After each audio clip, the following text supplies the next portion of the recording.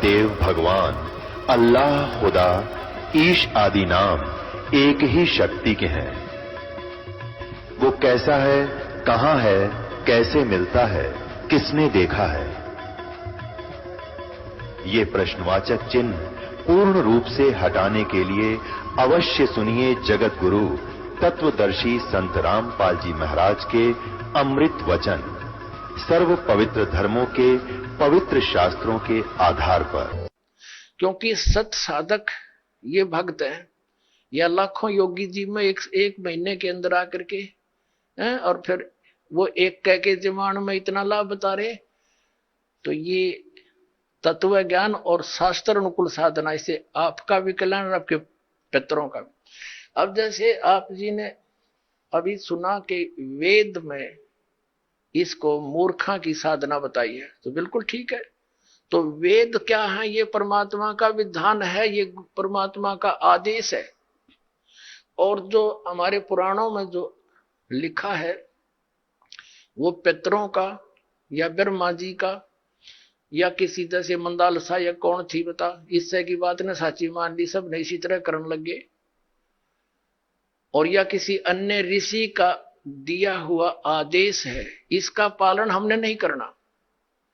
जैसे एक समय एक व्यक्ति की दोस्ती दरोगा से थी, थानेदार से, एसएचओ से, और उस व्यक्ति का जो साथी था, पड़ोसी, उसको बहुत दुखी कर रहा था।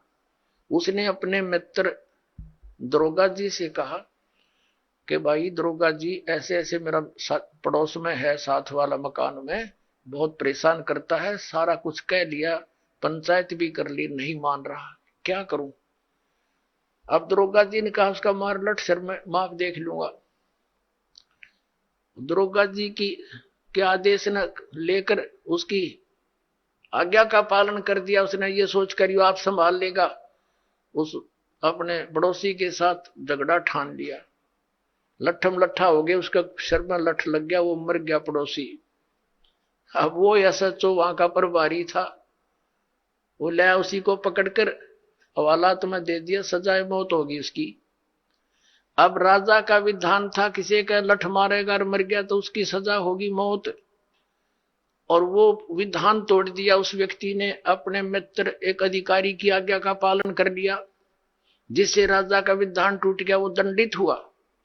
इसी प्रकार इन पुराणों में लिखा हुआ जो आदेश है, ये दरोगा जी का समझ लो इन पुराणों में। और वेदों में संविधान समझो भगवान का संविधान अगर तोड़ दिया इन दरोगा जी के कहने से, पुराणों के या इन नकली धर्म गुरुओं के कहने से, इन शास्त्र विरुद्ध साधना कराने वाले आचार्य और शंकराचार्यों के आदेश से हमने ये क्रिया कर ली, तो हम दंडित होंगे, हम पितर ही बनेंगे, यानी मौत की सजा मौत की मिलेगी। तो ऐसी गलती हम तो ना करें भाई, और करियो भी मत। एक जीवित उदाहरण दास आपको देता है। मेरे पूज्य गुरुदेव जी ब्राह्मण वर्ण में जन्मे थे। हरियाणा के अंदर जिला भिवानी चरखी दादरी के पास एक पैंतावास गांव है, बड़ा पैंतावास, वहां वो रहते थे, किसान का काम करते थे, वर्ण ब्राह्मण है। पुणात्मा, ब्राह्मण कोई जाति विशेष नहीं। दास बहुत बार कहता है कि देखो ब्राह्मण बेदक जा, कि ब्राह्मणों के विषय में कह रहे हैं, नहीं। और वो खेतों में, मेरे जो गुरुदेव थे ब्राह्मण वर्ण में जन्म था उनका, खेतों में गौवें चरा रहे थे अपने खेतों में। उसके पास पहले जंगल बहुत होते थे, वन बहुत होते थे। एक दिन उनकी भेंट हमारे दादा गुरुजी से होगी, यानी एक संत से। वो उससे प्रेरणा पाकर के घर से खिसकने की सोची और गुरुदेव का एड्रेस पूछ लिया। सब ज्ञान से परिचित होकर खेतों में शाम के समय गौएं चरा रहे थे, और भी कुछ साथी पाली गवाले थे। तो उनको ये कहकर के मैं फ्रेश होकर आता हूं, मैं देर हो जाए तो तुम पशुओं ले चलना, मैं आप आ जाऊंगा। वो जंगल में चले गए गहरे। पालियों ने वो अपने गौएं गांव में ले आए। अब वो सामने काफी देर होगी, जब नहीं आए, उनका बचपन का नाम, गांव का नाम हरिद्वारी था, पंडित हरिद्वारी। और फिर उन्होंने अपना नाम बदल लिया था, कोई पहचान ना ले, घर से निकल गए थे वो। तो उन्होंने क्या किया, अपने कपड़े जो पहन रखे थे वो उतार दिए, 2 जोड़ी कपड़े लेकर गए घर से, उस दिन एक अलग से ले गए थे, किसी को दिखाया नहीं। वो जो पहन रखे थे वो कपड़े पाड़ पूड़ के, और कोई किसी हिंसक पशु ने, कोई पशु खा रखा था, कोई मृग वगैरह, किसी शेर ने, वो उन्होंने दिन में देख लिया था। उसके ऊपर घेर के कपड़े और निकल गए, रातों रात हरिद्वार पहुंच गए। अब उन घर वालों ने इंतजार की, 1-2 घंटा, फिर पूछा उन पालियों से, हरिद्वार ही नहीं आया। वो कहने लगे, वो यूं कह रहा था मैं फ्रेश होकर आऊं हूं, तुम चलो। उन बच्चों को साथ लेकर गए, बताया कहां से प्रवेश हुआ था, किधर गया था। जाकर ऐसी पहले टॉर्च टार्च होती नहीं थी, लालटेन दीपक से ले रखे हाथों में, गए, देखा रे यू तो बच्चा खा रखा है, ओहो ये तो किसी हिंसक पशु ने खा लिया, रे मर गया मर गया। अंधे हो गए, रोन लाग गए, दूर तय अंधेरा सा था। वो आड़ जो पशु के हुए और कपड़े इकट्ठे करके रात ने दाग दे दिया,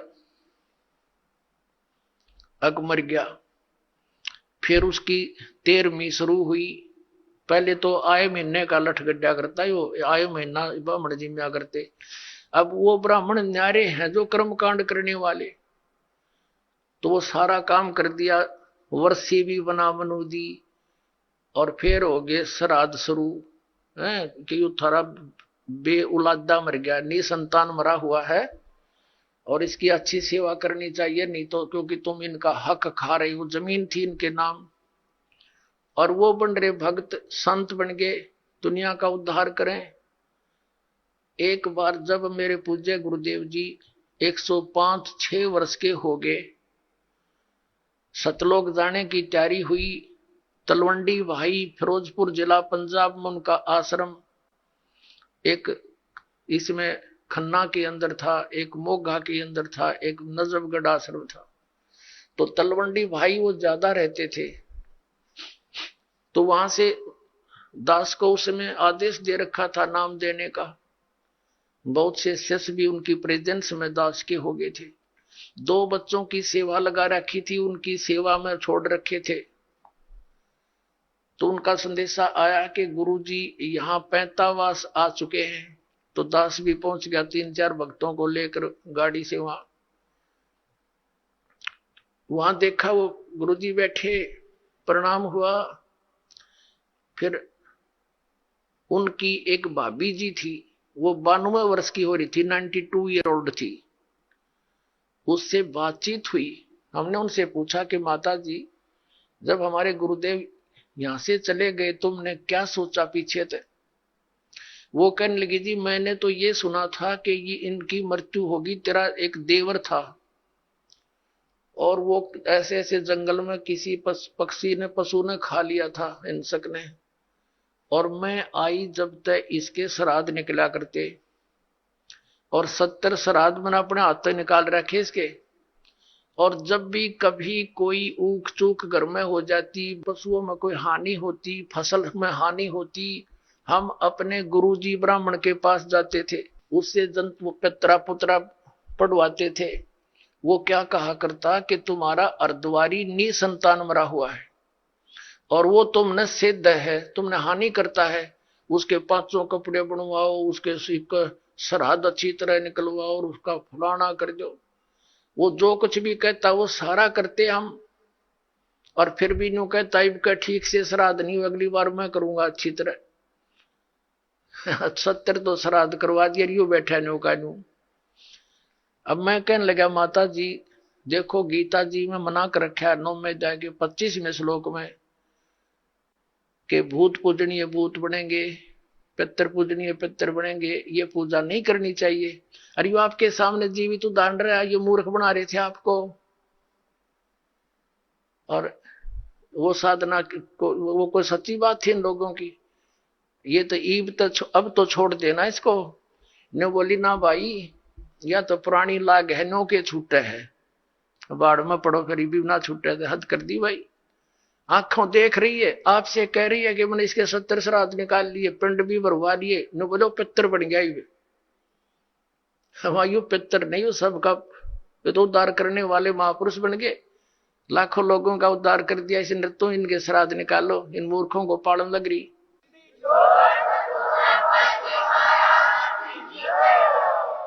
तो पुण्यात्माओं, परमात्मा कहा करते, पर भी लेन जात है दुनिया, हमारा ज्ञान किन्हे न सुनिया। ये वहां धक्के खान जावड़े तीर्थों पर, वहां पता नहीं कहां का, हमारा ज्ञान किसी ने नहीं सुना। अपने आत्माओं, ये तीर्थ कैसे बने? अब जैसे अमरनाथ धाम है, ये कैसे बना? पार्वती माता को भगवान शंकर जी ने उस स्थान पर एक सूखे वृक्ष के नीचे एकांत स्थान देखकर ये मंत्र दिया था। प्रथम मंत्र जो दास आपको देता है, इसको मोक्ष मंत्र बोलते हैं। ये जितना मोक्ष कर सकता है। तो पार्वती जी को जहां वो उपदेश ग्रहण प्राप्त हुआ, शंकर भगवान ने वो मंत्र उनको दिया, ये अमर मंत्र, तो उनके लिए, उस पार्वती माता के लिए वो अमर धाम है, आप और हमारे लिए नहीं। अब जैसे ये तीर्थ और ये अमर धाम कैसे? जैसे आप जिसको यहां बरवाला में ये मंत्र मिला, उसके लिए तो बरवाला है अमर धाम, और यहां बरवाला में ये दास हो नहीं, और यहां कोई भी नहीं हो, और यू खाली पड़ा हुआ आश्रम। अब जैसे किसी ने क्रोथा आश्रम में नाम लिया था, उसके लिए क्रोथा है आश्रम अमरधाम, अमरनाथ। अब वहां कोई भी को नहीं, ये दास यहां पर बैठा तो उस क्रोथा में माथा टेकने तला बना हुआ है। ये तो इस दास के वचन यहां सुनेंगे, सत्संग सुनेंगे, आशीर्वाद पाओगे, तो यही लाभ होगा उसे। तो अमरधाम जो है वो एक आदरणीय स्मारक तो है कि यहां पर ऐसी घटना घटी थी, लेकिन आपके लिए वहां जाने से कोई लाभ नहीं होगा। आपको तो वैसा ही संत खोजना पड़ेगा जिसके पास वो अमर मंत्र हो, और वो अमर मंत्र आपको चाहे बरवाड़ा की गली में मिल जाता और वहां उपदेश प्राप्त हो गया, तो वही आपके लिए अमरनाथ है। उस मंत्र से मोक्ष होगा, उस स्थान से नहीं। अपने आत्माओं, जैसे तीर्थ कैसे बने, इसमें बहुत से प्रमाण है कि एक ऋषि था, उसने वहां बैठकर साधना की और उसने मोक्ष प्राप्त किया। अपने आत्माओं, जैसे एक हमाम दस्ता होता है सामग्री कुटन का, दवाई दुई कुटन का, लोहे का मुसल सा हो 1.5 फुट का, और 2 फुट का, वो 1.5 फुट का, 1 फुट का ऊंचा, 9 इंच चौड़ा होता है। वो किसी का पड़ोसी ने मांग लिया और उसने उसमें कुछ सामग्री गुट्टी अवन की, और वो वापस दे गया मांझ धो के कति साफ करके, उनको लौटा गया जिसका था। उनको रात्रि के समय जब वो सोने लगे तो महक आ रही थी। उन्होंने देखा ये महक कहां से आ रही है, देखते देखते देखा ये तो इस हमाम दस्ते में से आ रही है। तो उन्हें देखा हो इसको तो पड़ोसी ले गया था मांग के, उसने कोई सामग्री कूटी है। अब पुण्यात्मा उसने सारी सामग्री निकाल ली, कति साफ करके वापस लौटा दिया, और फिर भी महक आ रही है। वो सामग्री जो उसमें कुटी थी वो अलग वस्तु है, तो वो महक जो उसके अंदर आवे थी थोड़ी बहुत हमाम दस्ते में 1 दिन के बाद खत्म होगी।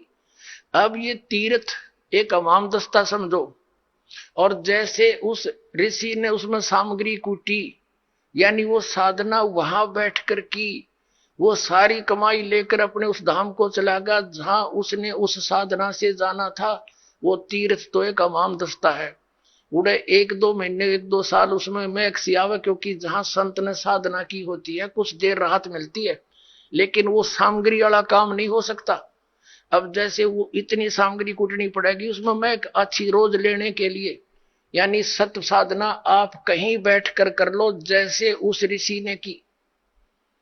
आप अपने घर पे करोगे, आपके लिए वो तीर्थ आपका घर है, ना कि वो स्थान जहां पर किसी अन्य ने साधना की। वहां देखने जाने से हमें क्या लाभ होगा? जैसे ये दास पहले नगर नगर में सत्संग करने लगा, तो जहां किसी ने सत्संग सुना, उपदेश ले लिया, और वहां हम भट्ठी बना करके खीर बनाते, हलवा बनाते, सब्जी बनाते थे, और वहां से हम अगले शहर में चले गए।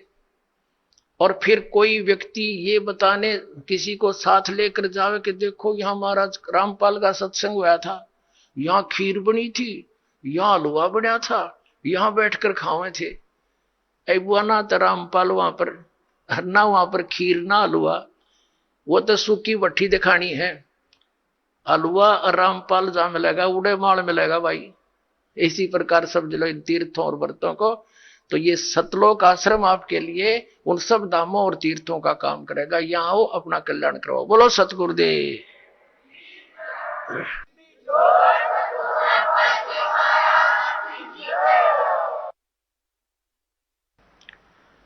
परम पिता परमात्मा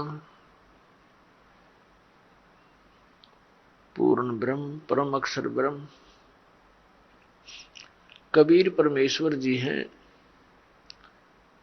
ये अनंत ब्रह्मांडों के उत्पादक हैं, ये सब के सृजनहार हैं। परमात्मा की खोज में आत्मा उसी दिन से लग गई जिस दिन से ये इस काल के जाल में फंसी थी। क्योंकि जो सुख इस आत्मा को सतलोक के अंदर था, यहां इस काल के लोक के किसी कोने में नहीं है। उस सुख की खोज करते करते ये महास्वर्ग में भी पहुंच गई,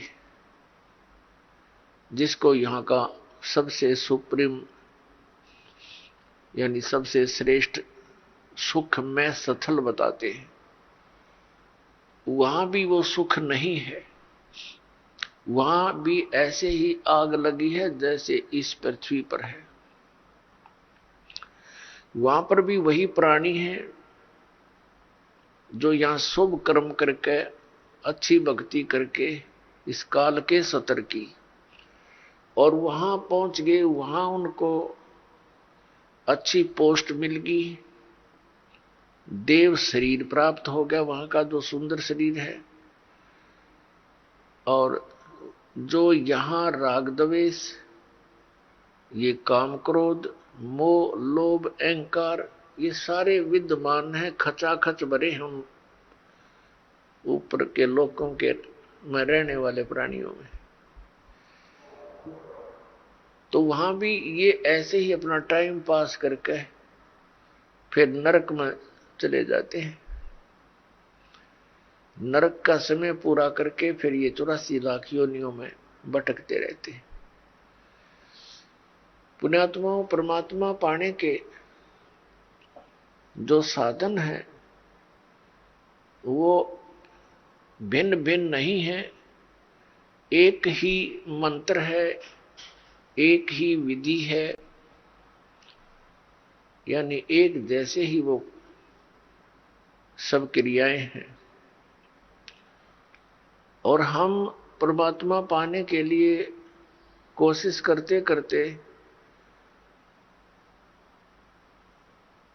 अपने जीव सतर की सोच से और अन्य लोक वेद के आधार से हम महापुरुषों से मिलते हैं। क्योंकि ये विशेषकर हिंदू धर्म के प्राणियों में, पुण्यात्माओं में एक विशेष आस्था है परमात्मा की, और उनको इतना ज्ञान है सदग्रंथों के आधार से कि गुरु के बिना मोक्ष नहीं होता। ये तो प्रत्येक हिंदू धर्म के पुण्यात्मा के, चाहे कोई भक्ति करता है या ना करता है, तो वो भी ये जरूर अवश्य कहता है कि वे गुरु बिन मोक्ष नहीं। तो ऐसी व्यवस्था अन्य किसी भी धर्म में नहीं रही। जैसे सिख धर्म के अंदर गुरु परंपरा थी, लेकिन बाद में वो केवल गुरु ग्रंथ साहिब को ही गुरु मानकर अपना अध्यात्म क्रियाएं करने लगे। लेकिन वक्त गुरु का होना अनिवार्य है। जैसे ये पवित्र ग्रंथ गुरु ग्रंथ साहिब, पवित्र श्रीमद् भगवत गीता, पवित्र वेद, पवित्र पुराण, ये तो एक आदरणीय सदग्रंथ है, महापुरुषों की जानकारी है, भगवान के विषय में लिखा है इसमें। ये तो ऐसा समझो कि हमारे औषधि की बुक हो,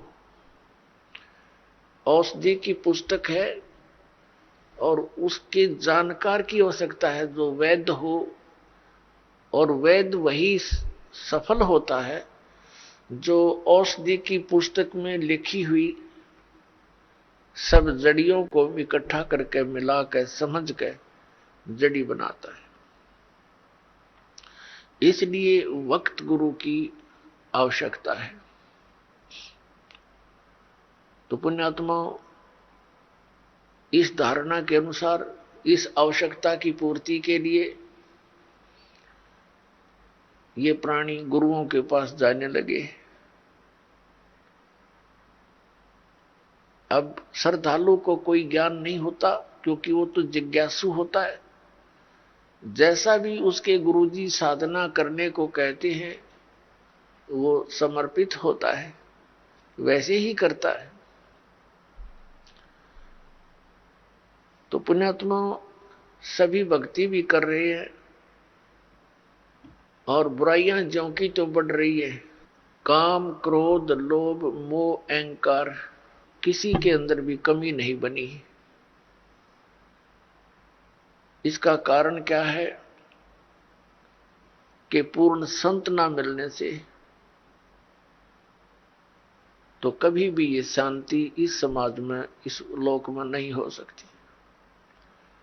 600 वर्ष पहले परमात्मा आए थे, स्वयं एक संत की भूमिका करके चले गए, और साथ में एक जुल्हे का कार्य भी किया करते थे, ये प्रमाणित करने के लिए कि भाई परमात्मा पाने के लिए, क्योंकि उसमें भ्रम फैला हुआ था कि ब्राह्मण वर्ग ही भक्ति के अधिकारी हैं। बाकियों को तो इन्होंने ऐसे लगा दिया था, श्राद्ध श्रूद निकालने खातिर क्रियाओं में उलझा दिया था, और विशेषकर यही माना जाता था कि ब्राह्मण ऋषि महर्षि घर त्याग कर चला गया जो व्यक्ति वही परमात्मा पा सकता है, या घना बड़ा सेठ धन दान करता हो। तो परमात्मा ने सब शंकाओं का निवारण करने के लिए एक शूद्र जाति में रहना पड़ा।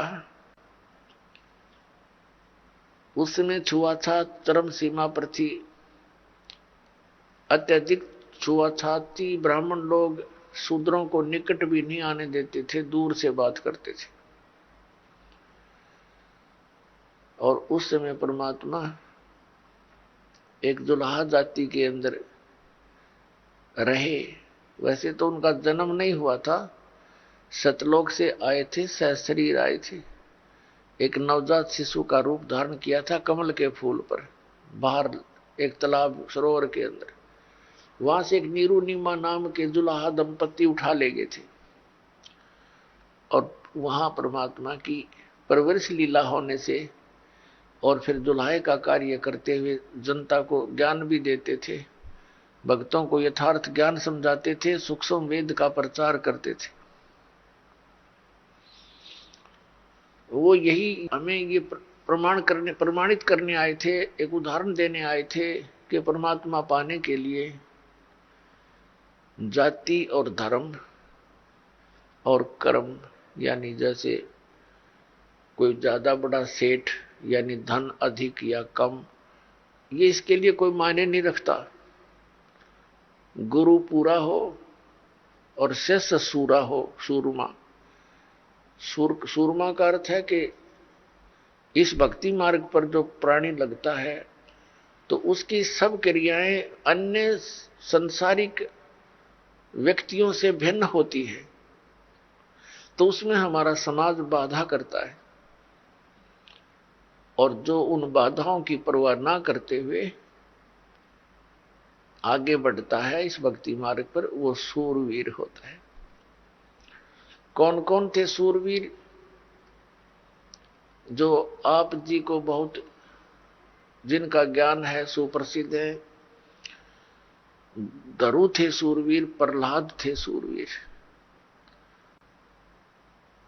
और मीराबाई थी सूरवीर, और स्वयं परमात्मा तो वो मालिक थे ही थे, वो तो सूरवीरों के सूरवीर और सब भगवानों के भगवान कबीर परमेश्वर जी। और अब वर्तमान में ये दास देख रहा है कि मेरे इस परमात्मा के ज्ञान से परिचित इस दास के अनुयायी ये सूरवीर,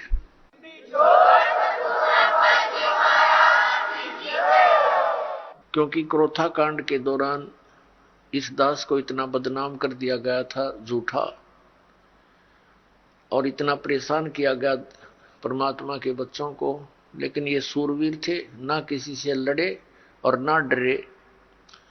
संत का यही एक नियम होता है, लड़े भी नहीं और डरे भी नहीं, तो परमात्मा साथ देता है।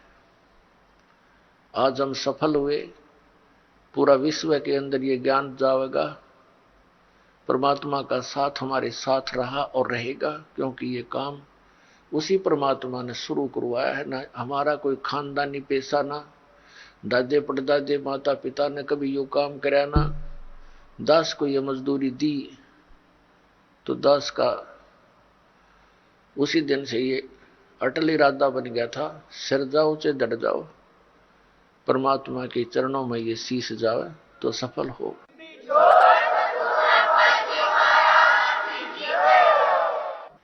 तो पुण्यात्मा,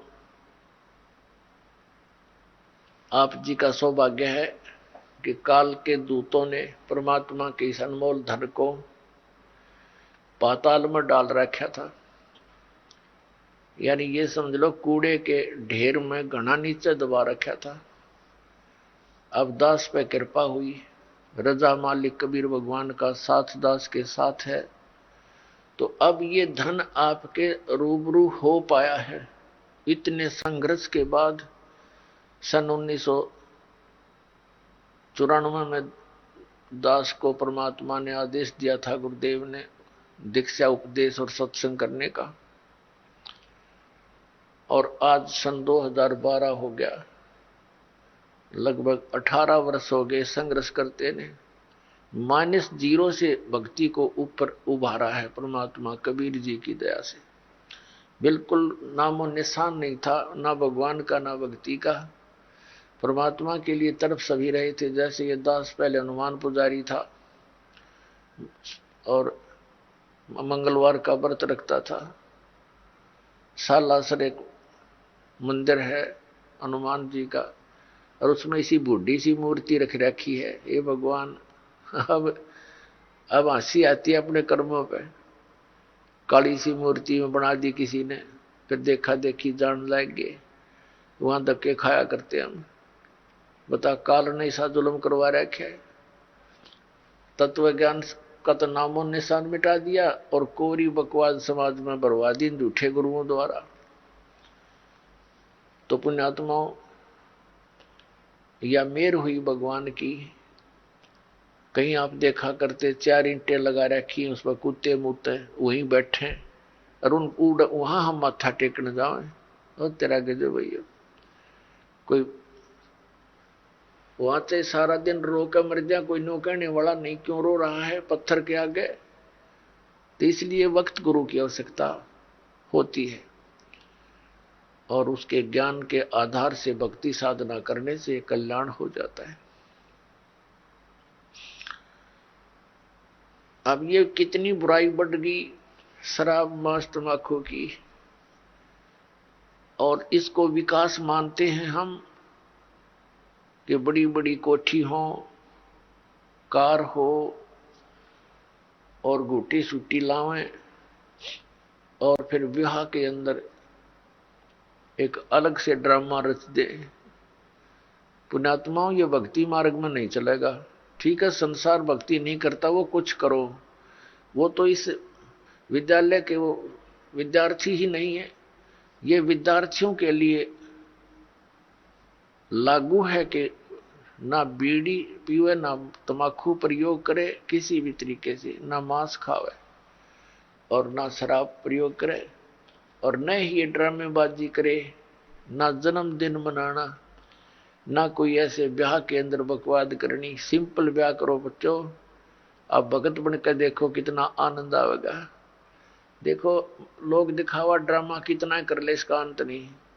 शुरुआत हमने देखी, किसी ने 1100 रुपये दान के दे दिए, सारा गांव में चर्चा हुआ करती। फिर 2100 दे दिए एक ने, वो फेल हो गया।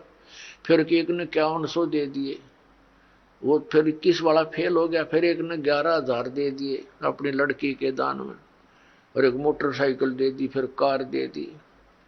तो ये एक बकवाद है वे, मतलब कि बच्चे को परमात्मा से जोड़ दिया जाए, परमात्मा का नाम लेकर, और ये राम नाम का दहेज बेटी ने दे दे, यो सदा साथ देगा। एक टाइम हमने कुछ दे भी दिया बच्चे को, क्या कितने दिन उससे वो गुजारा कर सकती है। और फिर गरीब की बेटी अमीर की बेटी को देखकर मायूस हो जाती है, उसको ना जाने कितना दुख होता है। तो इस तरह की ये बकवादें हमने समाज से खत्म करनी पड़ेंगी, खासकर भगत समाज को तो इसमें अग्रसर होना ही पड़ेगा।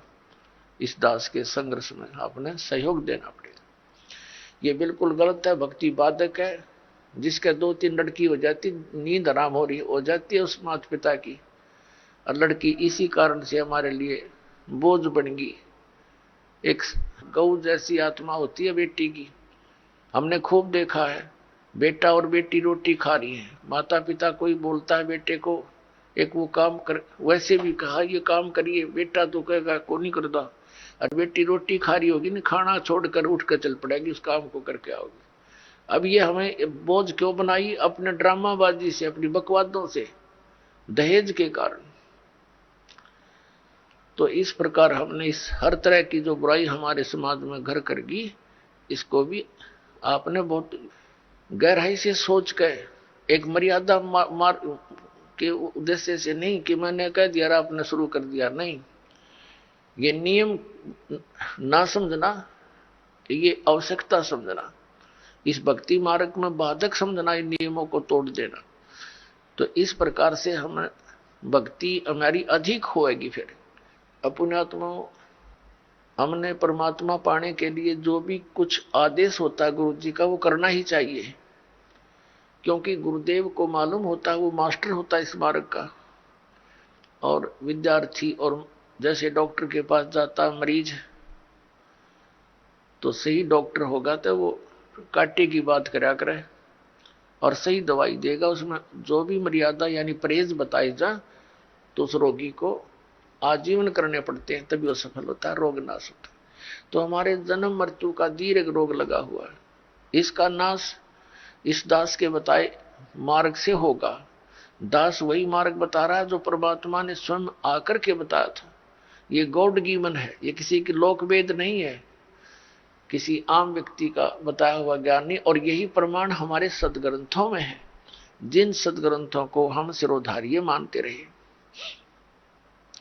तो फिर भक्ति में देर नहीं लगेगी, आपको विश्वास होने में देरी हो रही है, और कि ये दास जो भक्ति बता रहा है वो सही है, श्रेष्ठ है, शास्त्र अनुकूल है।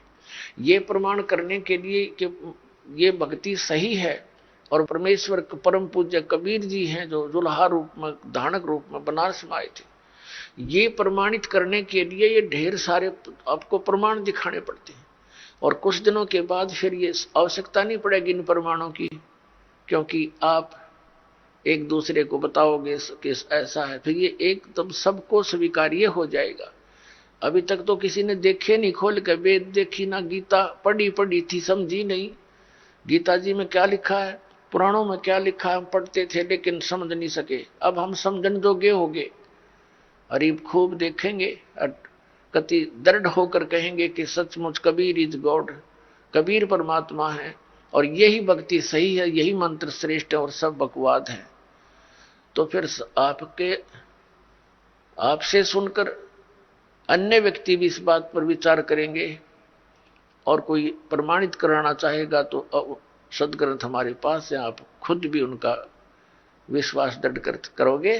तो इस प्रकार ये पूरे विश्व में मालिक आदेश है, उनका निर्धारित समय है कि अब ये पूरे समय में, पूरे विश्व में एक ही भगवान रहेगा, एक ही ज्ञान रहेगा, और भक्ति विधि उस भगवान की एक है ही, वो अलग हो ही नहीं सकती। जैसे आम के पेड़ को, पौधे को बीजने के लिए आम का ही बीज प्रयोग करना पड़ेगा, दूसरा बीज आम का हो ही नहीं सकता। तो परमात्मा पाने के लिए जो मंत्र है, इनके अतिरिक्त कोई साधना है ही नहीं। बाकी तो बबूल के बीज अलग है, अन्य साधनाएं जो सिद्धियां प्राप्त करने की है वो अलग वस्तु है, उसकी हमें जरूरत नहीं। तो पुण्यात्मा, सबसे पहले हमने गुरु की आवश्यकता होती है। गुरु बिन माला फेरते, गुरु बिन देते दान, गुरु बिन दोनों निष्फल हैं, चाहे पूछो वेद पुराण। गुरु बड़े गोविंद से मन में देख विचार, हरि सुमरे वो रह गए, गुरु सुमरे होए पार। गुरु बड़े गोविंद से मन में देख विचार। अब परमात्मा कहते हैं, गुरु गोविंद दोनों खड़े, काके लागू पाए, बलिहारी गुरु अपना, जिन गोविंद दियो मिलोए। 7 द्वीप 9 खंड में गुरु से बड़ा ना कोई, करता करे न कर सके, गुरु करे सो होवे। सतगुरु के उपदेश का लाया एक विचार, जय सतगुरु मिलते नहीं, जाते नरक द्वार। नरक द्वार में दूत सब करते खेचा तान, उनसे कभू ना छूटते, फिर फिरते चारों खानी। 4 खानी में भरमते, कबहू ना लगते पार, सो फेरा सब मिट गया, मेरे सतगुरु के उपकार। 7 समुद्र की मसी करूं, लेखनी करूं बन राय, धरती का कागज करूं, गुरु गुण लिख्यो न जाए।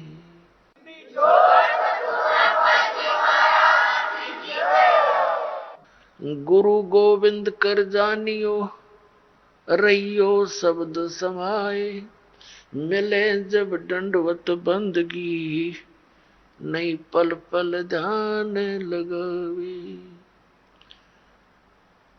गुरु मानुष कर जानते, ते नर कहिए अंध, ओवे दुखी संसार में, आग काल के फंद।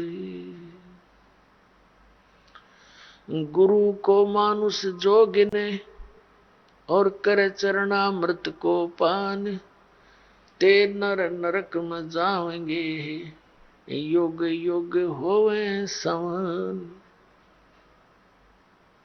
पुण्यात्माओं,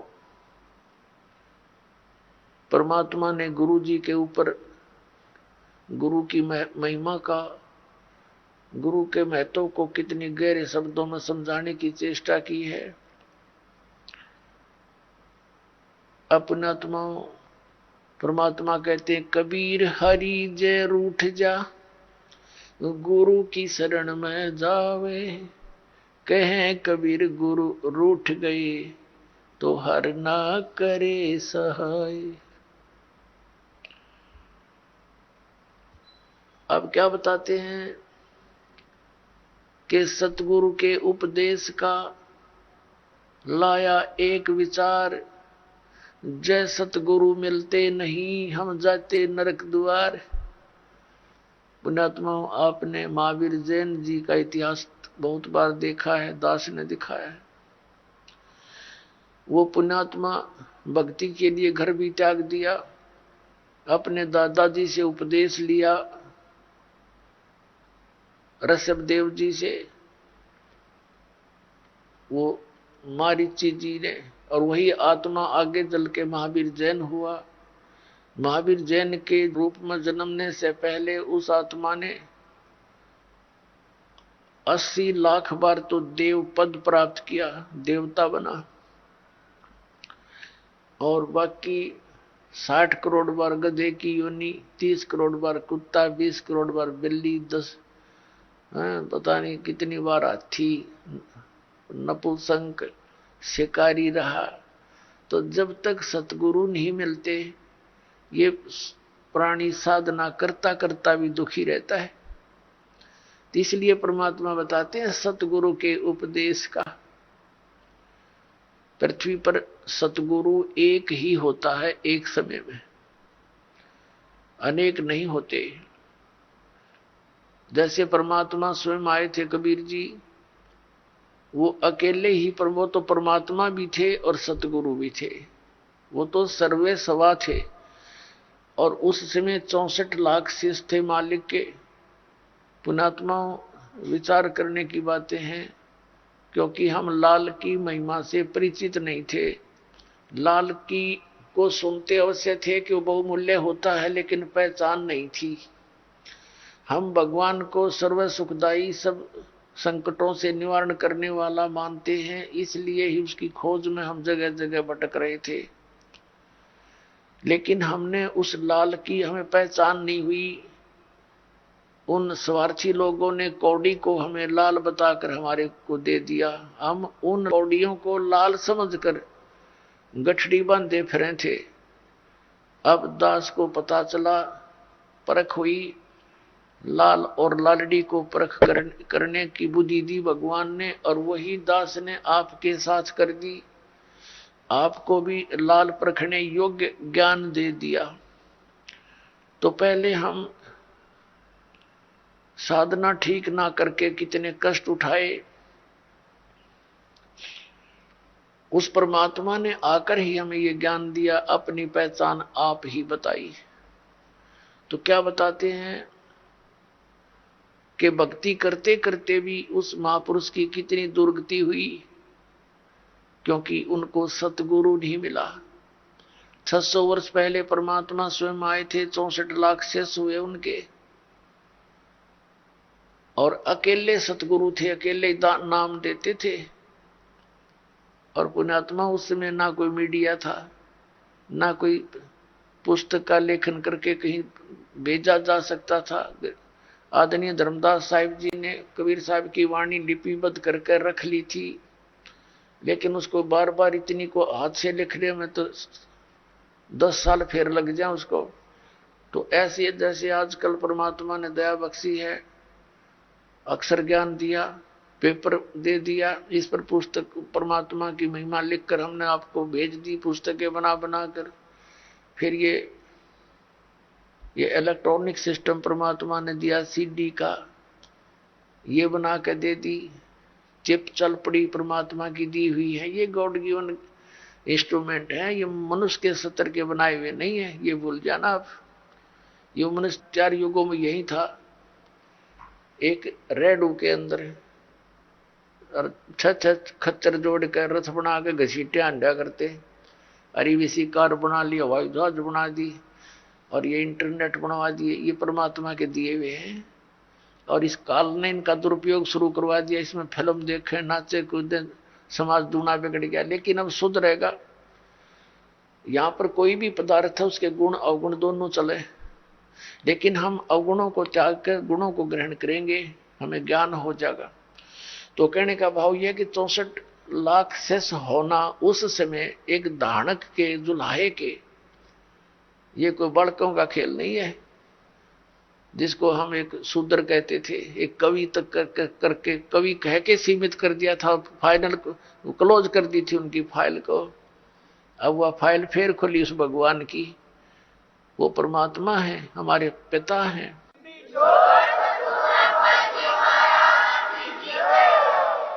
तो सतगुरु एक ही होता है। तो वो परमात्मा स्वयं सतगुरु भी थे और वो परमेश्वर भी हैं। सतगुरु की भूमिका भी उन्होंने की, वो जगत गुरु भी वही है।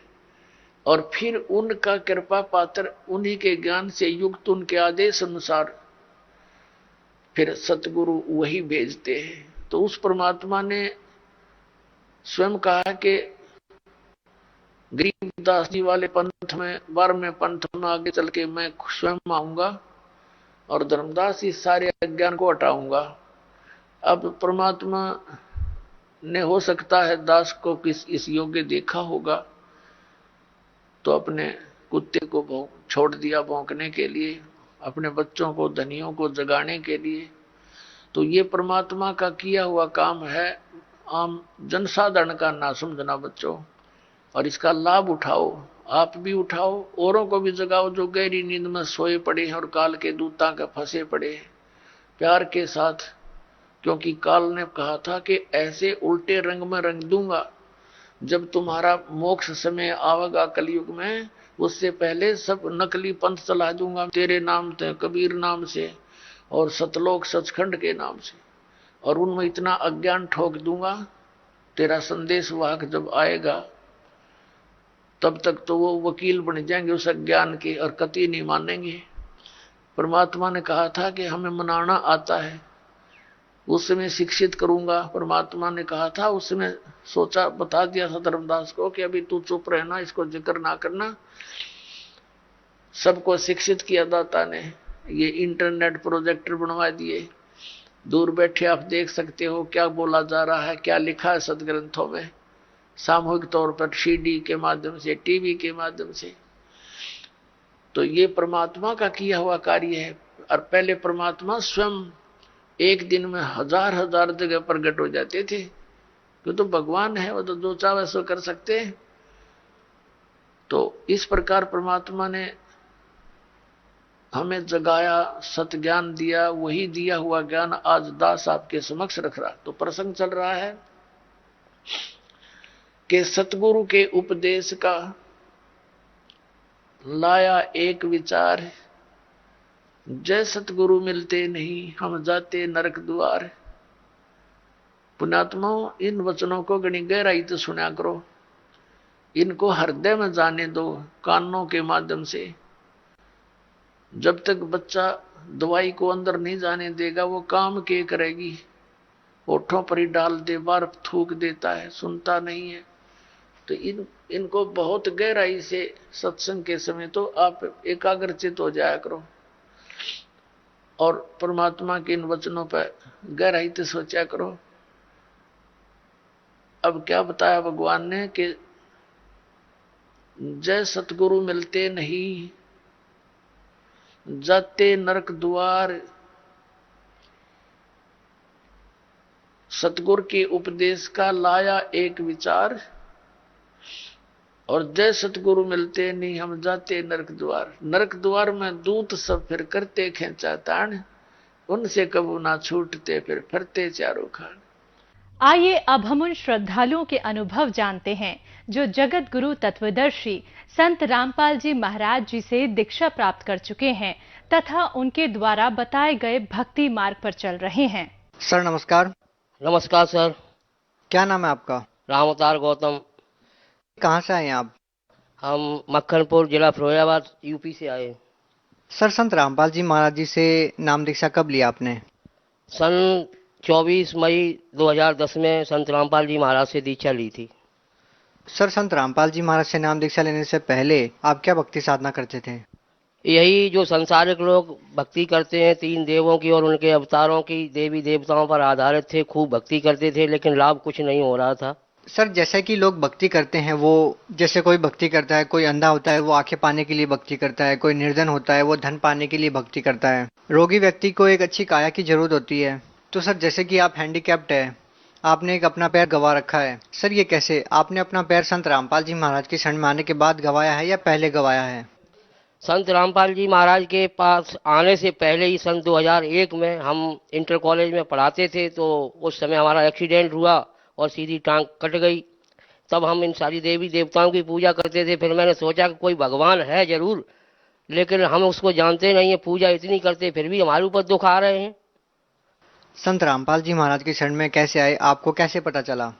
संत रामपाल जी महाराज की शरण में बहुत देर में आ पाया हूँ। ये दास के आंखों से अब आंसू निकलते हैं कि जब सारा मेरा लुट पिट गया, मेरा शरीर बर्बाद हो गया, मेरा धन चला गया, 10 बीघा जमीन चली गई, और उसके बाद फिर परमात्मा की शरण मिली। हमारे घर में एक किराएदार आया था, उसके पास एक भक्त सौदागर की किताब थी, जिसको मैंने उससे मांग कर पढ़ा। 3 दिन पढ़ने के बाद दास की आंखों से आंसू आने लगे कि हे भगवान, तुम कहाँ छिपे थे? दास का गोड़ भी कट गया, जीवन नाश हो गया, अब आप हमें मिले। और रात दिन हमने चैन नहीं लिया, तुरंत अपने घर से निकल पड़ा परमात्मा की खोज में। और रोहतक जाकर के पता लगाया तो उस समय सतलोक का आश्रम पर उसका झज्जर वाला जो करोथा कांड से बंद पड़ा था, वहां का लोगों ने पता दिया। हम वहां पहुंचे, वहां नहीं मिले तो हम बरवाला आश्रम के लिए लोगों ने बताया कि नया आश्रम खुला हुआ है दौलतपुर रोड, वहां आपको जाओ। तो हांसी से बस में पकड़ करके और हम पहुंचे रात को 9 बजे। वहां के भक्तों ने मुझे गोद में उठा लिया और बहुत हमारी सेवा की प्रभु ने। हमें ऐसा भोजन मिला और ऐसा नाम मिला, उस नाम से हमारे फिर कल्याण होते चले गए। सबसे पहले तो हम इतने नशेबाज थे कि सारी दुनिया में जितने भी नशे होते हम सब करते थे, मांस मछली अंडा और शराब गुटखा तंबाकू सब बीड़ी पीते थे। वो परमात्मा के एक आशीर्वाद मात्र से हमारे सब दूर हो गए और अंतिम सांस तक के लिए अब परमात्मा ने जो हमारा सारा नशा और सारा रोग काट लिया है, इसके लिए तो हम परमात्मा का लाख लाख शुक्र करते कि हे भगवान, बंदी छोड़। सतगुरु रामपाल जी महाराज, आप पहले आ जाते तो मेरा गोड़ क्यों कटता। सर, संत रामपाल जी महाराज से नाम दीक्षा लेने के बाद आप जो भी नशीली वस्तुओं का आप सेवन करते थे उससे आप दूर हो चुके हैं। सर, संत रामपाल जी महाराज से नाम दीक्षा लेने के बाद आपको और क्या लाभ मिले? संत रामपाल जी महाराज से तो बहुत ही कुछ लाभ मिले। ये आश्चर्यचकित कहानी है कि हम कितने गिनाएं। सबसे पहले तो नशा खत्म किया, उसके बाद मेरी घरेलू सारी सुख संपत्ति में वृद्धि की, हमें आर्थिक लाभ होने लगे, मेरी रोजी रोजगार में बरकत की। आज हम कुछ नहीं कमाते, पहले बहुत मेहनत करते थे, तब मुश्किल से गुजारा होता था। आज 2 घंटा 1 घंटा की मेहनत में परमात्मा उसी पे आशीर्वाद दे के हमारा सब गुजारा करता है। सर, जैसा कि आप जो भक्ति साधनाएं करते हैं, उन भक्ति साधनाओं को करने से धन लाभ होता है, मोक्ष मिलता है, नशों से दूर हो जाता है व्यक्ति। वही दूसरी ओर और भी साधु संत है जो नाम दीक्षा देते हैं, लेकिन वहां पे इस तरह का कोई लाभ नहीं होता है, क्यों? इसलिए कि वो साधु संत जितने ऋषि महर्षि गुरु हैं, आज पद पर बैठे हैं, अपने आश्रमों को चलाकर लोगों को जो ज्ञान दे रहे हैं, नाम उपदेश दे रहे हैं, उनमें शक्ति नहीं, वो अधिकारी हंस नहीं है। परमात्मा ये तत्वदर्शी संत है, जगत गुरु तत्वदर्शी रामपाल जी महाराज, ये परमात्मा का भेजा हुआ नुमाइंदा है, जिससे नाम उपदेश लेकर के ही भक्ति का लाभ भी मिलेगा, आर्थिक लाभ भी मिलेगा और सतलोक भी जा सकता है। क्योंकि ऐसा संत पृथ्वी पर कोई है नहीं, ये अद्वितीय संत है। सर, क्या आपको लगता है कि हिंदुस्तान सहित पूरे विश्व में जितने भी संत, महंत, धर्मगुरु, शंकराचार्य जितने भी है वो तत्वदर्शी नहीं है? वो तत्वदर्शी होते तो अपन के पीछे तत्वदर्शी लगी होती, उसके आगे लगी होती। क्या केवल नाम के आगे तत्वदर्शी संत लगाने से ही तत्वदर्शी हो जाते हैं? जी नहीं, ऐसा नहीं होता कि नाम लगा देने से नाम के वो वैद्य बन जाए, लेकिन उन्हें पेट के पीर की दर्द की दवाई नहीं मालूम तो कैसे वैद्य बन जाएंगे? ये आप कैसे कह सकते हैं कि उनको मालूम नहीं है, उनको शास्त्रों का ज्ञान नहीं है? ये आप कैसे कह सकते हैं? इसलिए कि आज तक जो संत रामपाल जी महाराज ने ज्ञान दिया है वो शास्त्रों से प्रमाणित ज्ञान दिया, शास्त्र को आधार माना है। 4 वेद, 6 7 18 पुराण, श्रीमद् भगवत गीता, गुरु ग्रंथ साहब, बाइबल और ये आपका श्रीमद् भगवत गीता, इन सभी पुराणों को साथ लेकर के। क्या आपको लगता है कि कोई दूसरे जो संत हैं, क्या वो शास्त्रों के अनुसार भक्ति नहीं बताते? उनकी शास्त्रों के अनुसार साधना नहीं है, भक्ति नहीं है। जैसे अगर होती तो गीता अध्याय 17 के श्लोक नंबर 23 में जो मंत्र बताया गया है कि ये ओम तत्सत 3 प्रकार का मंत्र है जो पूरा संत देगा, और वो संत आज तक कोई नहीं आया पृथ्वी। यदि उनके पास तत्व ज्ञान नहीं है, यदि वो जानकार नहीं है, तो लाखों लोग उनसे क्यों जुड़े हुए हैं? उनको लाभ हो रहा है तभी तो वो दूसरे संतों से जुड़े हुए हैं। ये लाभ तो इस तरह से होता है कि जैसे हमारे यहाँ मथुरा में जय गुरुदेव पंथ चला था, और जय गुरुदेव पंथ की जो आत्मा थी तुलसीदास साहेब, वो बहुत पुण्य आत्मा थी, विष्णु लोक से आई थी और इसके बहुत पुण्य बैटरी चार्ज थी।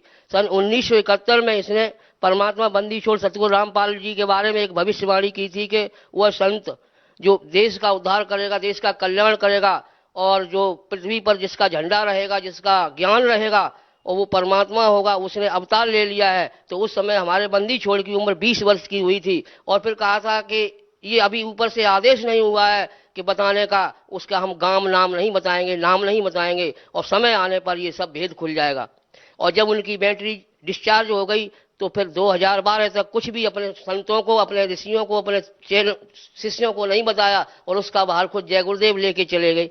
तो कहने का भाव ये है कि अभी तक जितने भी संत हुए हैं उन्हें तत्व ज्ञान नहीं है, वो तत्वदर्शी नहीं हो सकते हैं, क्योंकि परमात्मा केवल बंदी छोड़ ही हंस है। तो फिर लाखों की संख्या में लोग उनसे क्यों जुड़े हुए हैं? ये पिछली बैटरी उनकी चार्ज होती है, उससे कुछ थोड़ा बहुत लाभ भी मिल जाता है। अगर यही बात यदि संत रामपाल जी महाराज के बारे में कही जाए तो क्या कहेंगे आप? ये बात तो संत रामपाल जी महाराज पर भी लागू हो सकती है। वो भी पुण्य आत्मा है, उनकी भी बैटरी चार्ज है, इसीलिए वो अपने श्रद्धालुओं को लाभ दे रहे हैं। ऐसा नहीं है कि जो संत रामपाल जी महाराज कर सकते हैं वो आज तक किसी पृथ्वी पर किसी ने नहीं किया है। ऐसा कौन सा काम है जो संत रामपाल जी महाराज ने किया है और अन्य किसी संत ने नहीं किया? सबसे प्रथम तो ये है कि जो सुषम वेद के आधार से केवल कबीर परमेश्वर ने आके ज्ञान दिया था, गरीबदास जी महाराज ने ज्ञान दिया आके था, वही संत रामपाल जी महाराज ज्ञान दे रहे हैं। और इसके अलावा किसी ने न तो ये ज्ञान और न समाधान बताया और न ये बताया कि भगवान कौन है। जो चारों वेदों में यजुर्वेद अध्याय 40 के मंत्र नंबर 10 से लेकर 13 तक बताया, यजुर्वेद अध्याय 5 के मंत्र नंबर 32 में बताया, ऋग्वेद मंडल नंबर 9 सूक्त नंबर 86 के मंत्र नंबर 26 और 27 में बताया, ऋग्वेद नंबर 96 मंडल नंबर 9 96 सूक्त नंबर और मंत्र नंबर 1 2 3 में बताया। और कई जगह प्रमाण दिया है कि ये भगवान है, कबीर ही भगवान है, कबीर इज गॉड। और उसी के आधार से बताई हुई साधना के आधार से बंदी छोड़ सतगुरु रामपाल जी महाराज साधना करवा रहे हैं, जो शास्त्र के अनुसार है। सर, जिस प्रकार से आप वेदों की, गीता जी की बात करते हैं, लेकिन आज का समाज इन धार्मिक ग्रंथों से दूर होता जा रहा है। आप एक साधारण व्यक्ति है, क्या आप इन वेदों की, ग्रंथों की बारीकी को समझ पा रहे हैं? क्या संत रामपाल जी महाराज वास्तव में सही बता रहे हैं? संत रामपाल जी महाराज अगर सही नहीं बताते होते तो सारे लोगों ने जो अनुवाद किया है गीता जी का, उसमें वर्ज का जो गीता अध्याय 18 के श्लोक नंबर 66 में लिखा है वर्ज, तो उसका अर्थ जाना होता है और जिसका अर्थ किया है आना है। इन सारे लोगों ने, जितने भी गीता के अनुवाद करता है, वो भ्रमित हैं, उनको खुद ये ज्ञान नहीं है और उनको ये शब्दकोश की भी ज्ञान नहीं है, जो हमारे बंदी छोड़ सतगुरु रामपाल जी महाराज ने सारा रूबरू कराया हमारे टीवी में, डीवीडी के माध्यम से और साधना चैनल के माध्यम से।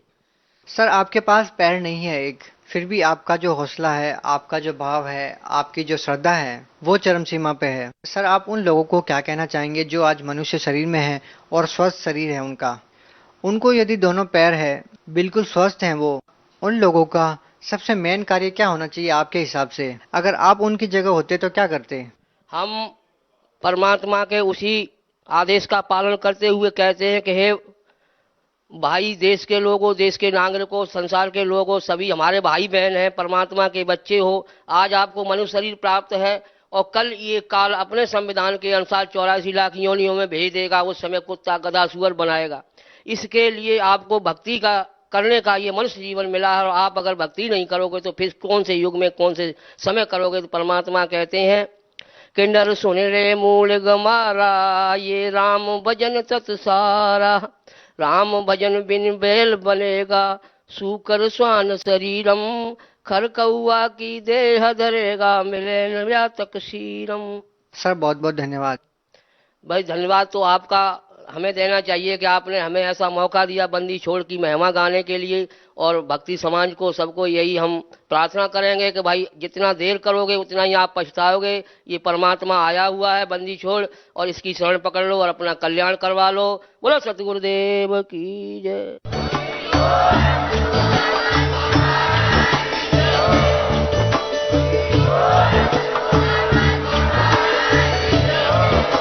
आप सुन रहे थे जगत गुरु तत्वदर्शी संत रामपाल जी महाराज जी के मंगल प्रवचन। अधिक जानकारी के लिए विजिट कीजिए हमारी वेबसाइट www.jagatgururampalji.org। संत रामपाल जी महाराज जी के शुभ आशीर्वाद से पूरे विश्व भर में 500 से भी ज्यादा नाम दीक्षा केंद्र हैं, जिन पर संत रामपाल जी महाराज जी द्वारा ऑनलाइन निःशुल्क नाम दीक्षा दी जा रही।